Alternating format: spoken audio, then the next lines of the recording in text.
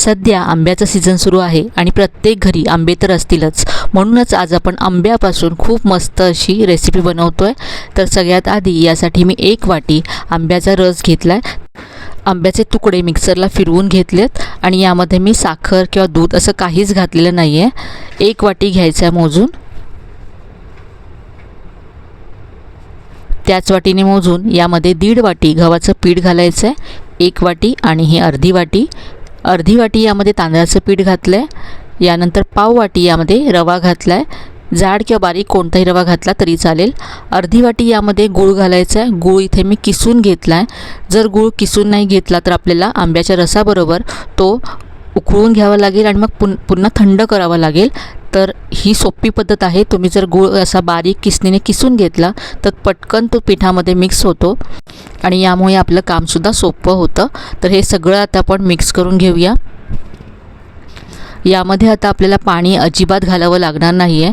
आंब्याच्या रसामध्येच आपल्याला हे पीठ मळून घ्यायचं आहे आणि जर हे पातळ असेल तर यामध्ये आपण थोडंसं गव्हाचं पीठ घालू। मिक्स केल्यानंतर मला हे थोडंसं सैलसर वाटतंय, तर यामध्ये मी साधारण 2 ते 3 चमचे गव्हाचं पीठ घातलं आहे आणि पुन्हा मळून घेतलं आहे। हे पीठ आपल्याला घट्टसरच हवं आहे। तर आज आपण आंब्याचे घारगे बनवतोय, यासाठी असं घट्टसर पीठ मळून घ्यायचं। पीठ जर पातळ असेल तर घारगे तेलकट होतात। यावरती मी थोडंसं तेल घातलं, साधारण अर्धा चमचा तेल घालून पुन्हा पीठ मळून घेतलं। यानंतर झाकून हे पीठ आपल्याला सेट होण्यासाठी 15 ते 20 मिनटं बाजूला ठेवून द्यायचं आहे। तर इथे आता साधारण 20 मिनटं झालेत आणि हे पीठ छान सेट झालं आहे। पुन्हा एकदा हे मळून घ्यायचं आहे।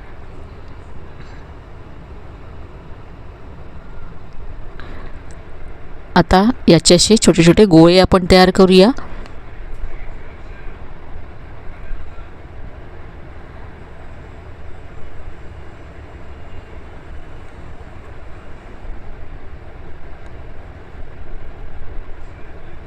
आता याचे आपण घारगे लाटून घेऊया। तेल लावायचं आहे आणि तेलावरतीच हे असं लाटून घ्यायचे। थोडेसे जाड ठेवायचे म्हणजे छान फुगतात घारगे। यावरती तुम्ही खसखस लावू शकता, इथे मी खसखस लावत नाही आहे। तर एका वेळेस आपण 4 ते 5 लाटून ठेवू आणि मग आपण ते फ्राय करूया। एकत्र सगळे लाटून ठेवायचे नाही आहेत।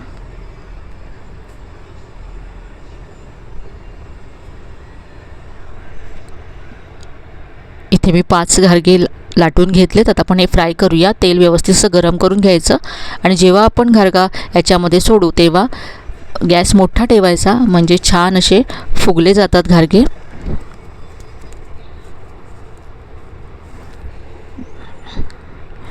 जास्त वेळा जसं आपण पुरी फ्राय करतो त्याप्रमाणे जास्त वेळा घारगे उलटायचे नाही आहेत। जास्त वेळा त्याची बाजू उलटली तर तरीसुद्धा ते तेलकट होतात।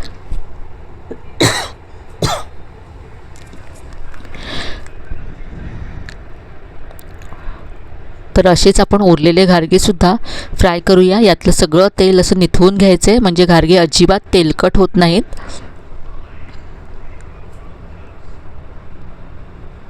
इथे मी पहा आणखीसुद्धा फ्राय करून घेतलेत। तर हे घारगे चवीला खूपच छान लागतात। आंब्याची चव खूप छान लागते।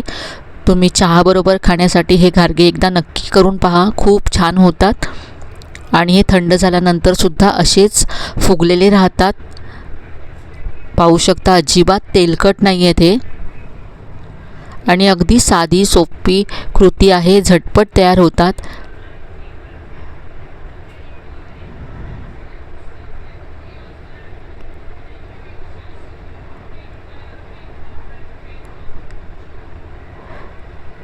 तर हे आंब्याचे घारगे एकदा तरी नक्की करून पहा, तुम्हाला नक्कीच आवडतील। आजची ही रेसिपी तुम्हाला कशी वाटली कमेंटमध्ये कळवायला विसरू नका। रेसिपी आवडली असेल तर व्हिडिओला लाईक करा, शेअर करा। चॅनलला अजून सबस्क्राईब केलं नसेल तर नक्की सबस्क्राईब करा। चला तर मग पुन्हा भेटूया अशा छान छान आणि नवीन रेसिपीसह। तोपर्यंत धन्यवाद।